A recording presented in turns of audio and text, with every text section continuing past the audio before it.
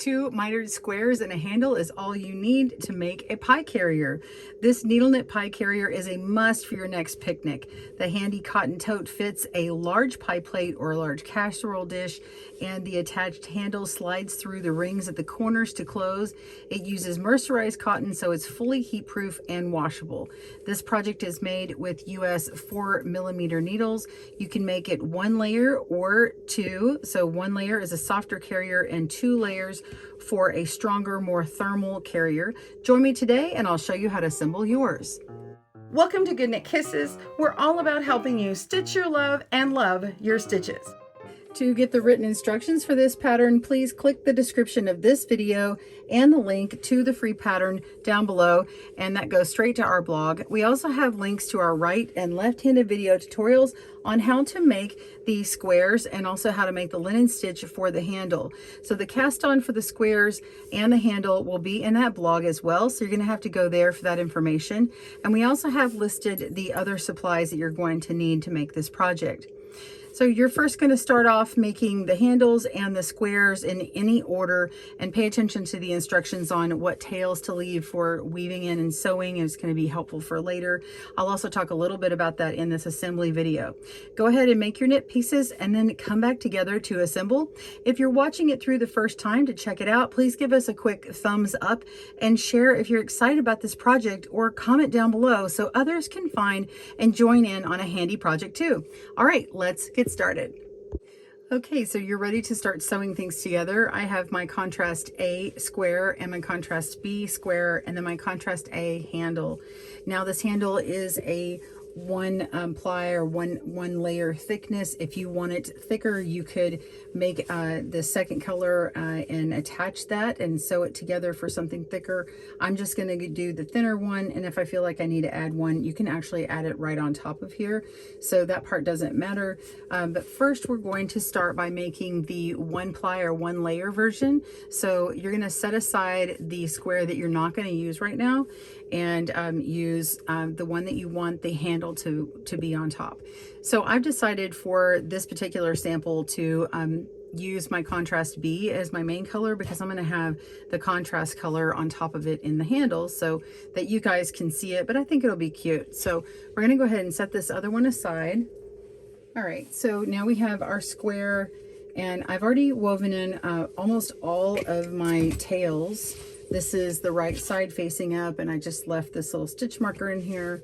I wove in the tails that were in the middle because I had to add on a second ball. I used 2 balls for each square, and then I had a tail that was at the end that I've already woven in, and then I've left this tail down here, and I'm going to be using that for stitching in one of these D rings. So I'm gonna go ahead and put this into position here like this.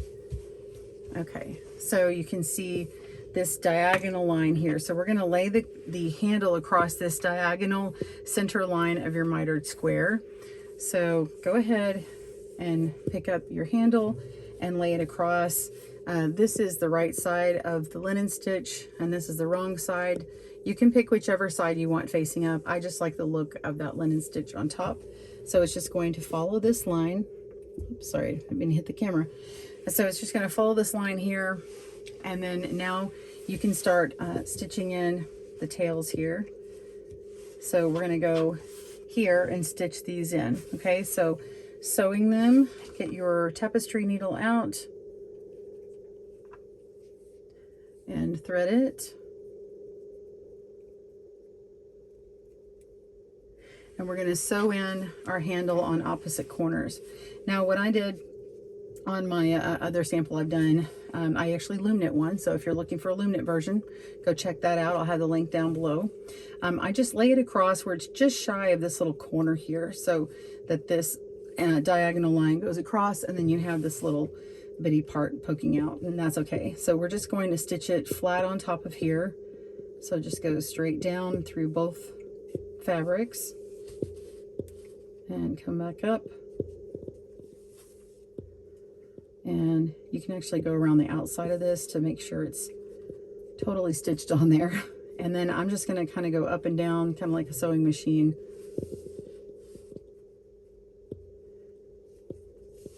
And I'm kind of doing like a back stitch. I'm going to go forward a little bit and then back. And then we go forward about halfway or somewhere around there. And go back a little bit. I'm just trying to kind of double stitch along. However you like to stitch together. It's really not going to be seen. I'm using the yarn that's part of the handle up here, so you're not going to see this seam. So if it's messy and you're not a big person who hand sews like me, that's okay. Sometimes I'm trying to be really precise, and with this project, I don't have to.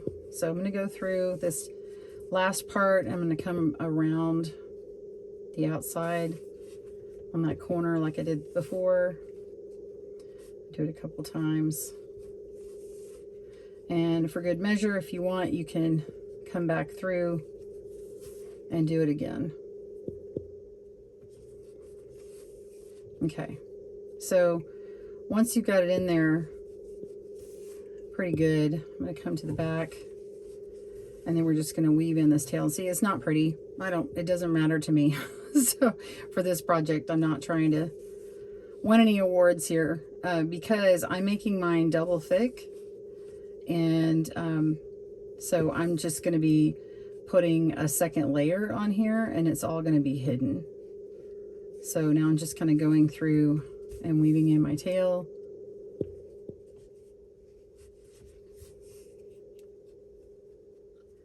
And then I'm going to make a little circle here and put that through to tie it off. And weave in a couple more spots and then cut it. And that's it. That's how I make one end sewn together, and do that repeated on the other side, and join me back to put the D-rings in.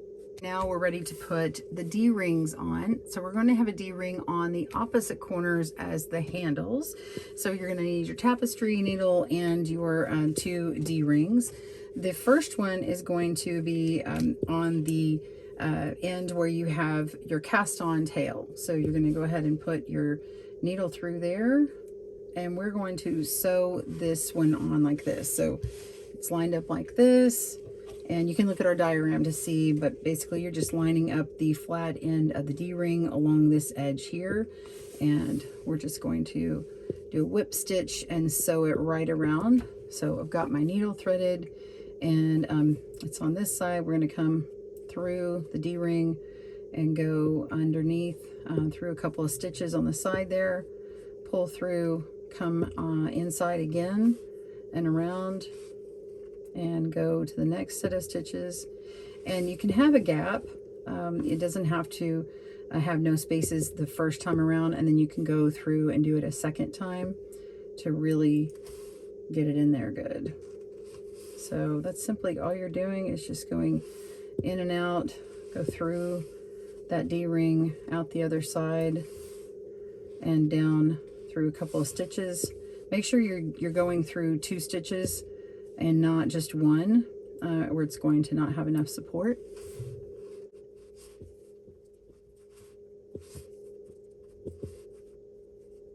And you can see there's gaps on here. I like to see no gaps on mine, but I do it on the second time around.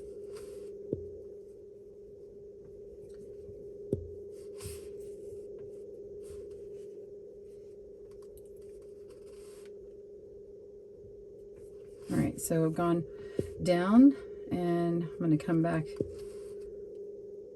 the other direction. So down one side and back up the other direction.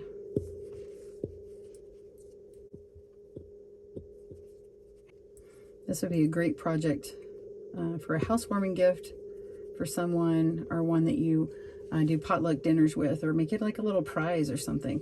Look how nice and neat that looks. Okay, so we're just going to come around and finish this off. I'm going to come back through, and this is the inside, the other side. This will be the inside when you're doing a thermal tote. So if you want to put your woven tail in there, come down here and go through some stitches. Oh, I've lost my tail.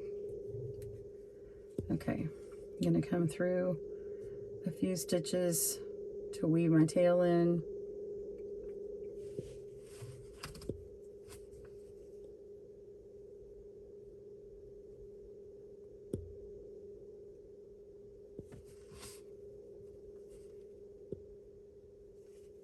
And if you need help on weaving in your tails, I do have a video on weaving tails in garter stitch, and my tail is just a little short, so I'm going to put it through these stitches here first. So I'm just pulling it through those stitches here, and then we're going to come back up through a few stitches and then be done with it. So if I had a longer tail, I'd probably go a little further, but we're just going to go ahead and trim that. Okay, so that's how you do that D-ring. So it's there. It doesn't have to be perfect. It's sort of, it kind of looks like it's on a diagonal there. It doesn't have to be. It can be kind of more at a 90 degree, but that's what it looks like after I've done it. And that's perfect because the other ones kind of have a diagonal look too. So then you just rotate around. So this one is going to go on this side. Let me just move it like this so you can see. So it'll be on this edge here. So I'm going to pinch and grab and hold it. I'll be right there like that. And then I've got my tail over here, or not my tail, but I've just got a scrap yarn that I was going to use. Thread that, and I'll need to attach it first.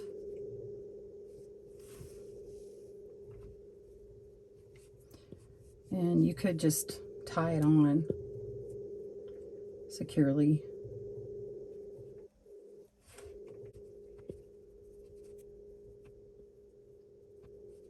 Okay, so once you have that tied on, go ahead and start the process again where you're making your whip stitch exactly how you did before, okay? And then you'll have the tail at the end as well to weave in. So go ahead and continue sewing this on here.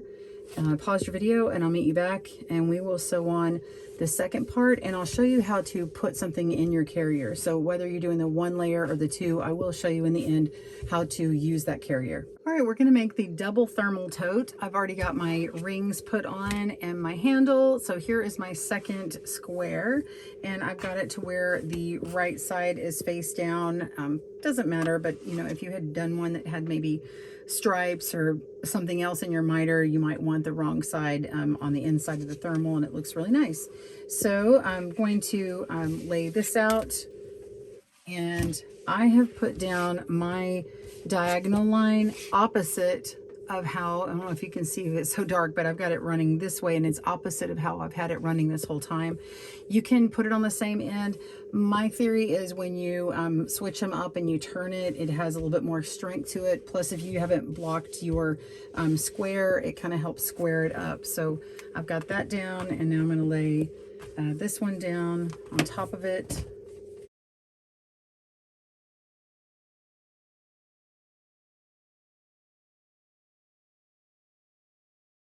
So it'll get stuck on there correctly once you start sewing it in. So now you just need some extra yarn and your tapestry needle, and of course your scissors. I've just pulled out enough yarn for going all the way around here twice, and then maybe added a length for tails. Normally when I sew together seams, I do like 3 times the width and then cut it, but it's a lot. And so you can actually sew together extras. So if there's, if this tail is too short or too long for you, and you want to add to it, just finish a line or two and then add on, you can totally do that. You just have a little more tails to weave in. So hopefully this is enough. I'll let you know at the end. So basically all you're going to do is go to the corner. You can just start at any corner you like. I'm going to start where my handles are, and I'm going to go all the way through, and make sure you're going through 2 edge stitches, and then these 2 stitches here. If you're on a side where you've got to cast on or bind off and you can see the V-shaped stitch, you can go through those 2. And so you're just going to pull all the way through and leave a tail. So you've got to get all of this yarn through.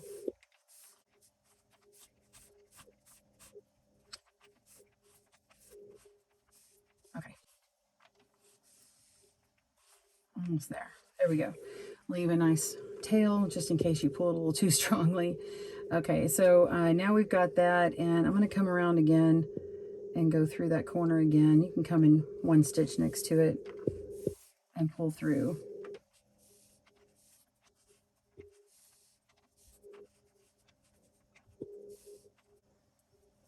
So we're just making a whip stitch. We're starting on one side, going through both pieces of fabric, out that, and then whipping around the outside again. So now that I've got that established, I can come down here and turn it, go through the next stitch, and pull through and continue. That's really it. So just continue making a whip stitch all the way around. I'm not going to have you watch me pull through all this extra yarn here. It's just too much, and then sit and talk. So go all the way around and weave in your tails. And I will tell you at the end if I got through all of this tail or not. So, and did it in one piece. All right, so pause your video and I will see you there. And I'll show you how to put together your pie carrier, like put something in it and use the handles. See you in a minute.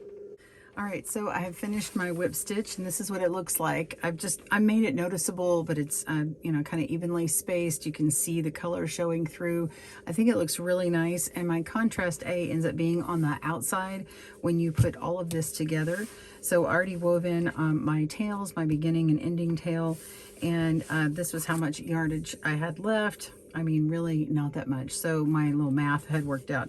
So I want to show you how to put this together to use for a carrier. So of course you can use this big giant part and flip it over as a nice huge trivet for you know, the middle of your table. You can probably put several little dishes on here, but let's put together as a carrier. So we're going to take one of the D rings and go ahead and pull the handle through one of the rings. All right. You can pull it tight like that, and then bring in this other flap and pull it through. And now you have your carrier. So let's go ahead and add something in here. We can go ahead and pull this one out and open that up. You can leave that open. I can put in my pie plate. It's a clear one so you can see, but here's the size of a metal pan, so you can clearly see that. And let's pull this together. Now I wouldn't put something that had a meringue on it unless you have some kind of dome or something to cover that up. Just go ahead and pull that handle through that last ring, and there you go. So it lifts and carries and keeps your hands from being burned, and you can carry this side by side. In fact, you could have two of them side by side. And I could also fit my larger casserole dish. So here is one of my larger casserole dishes. It's one that has another that nests inside here, and I'll go grab another container to show you, but you can see how this easily fits inside here, no problem at all. All right, look, I actually fit in my nice large casserole dish. Of course, you might want to have some plastic or aluminum to cover the top, whatever you like, or if you have a hard cover. This fit really nicely. Even though this is a square, my casserole dish fit in here very nicely. And I've got one that's a little bit wider, about the same length, but it didn't have any handles on it. And actually this is perfect for this one, because I actually really love this casserole dish, but I wish it had handles.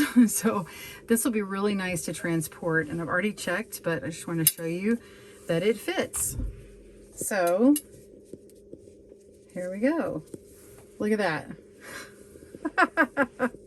So even if the points don't all touch, you know, it still works, it still fits, it just kind of stretches into place because this particular miter has a little bit of give and stretch, but we've made it more thermal with the two layers here. And you could put in like a thermal piece in between, but because this is cotton and a mercerized cotton, it's going to guard against heat, and the mercerized is actually going to be nice to keep it durable for lots of washes.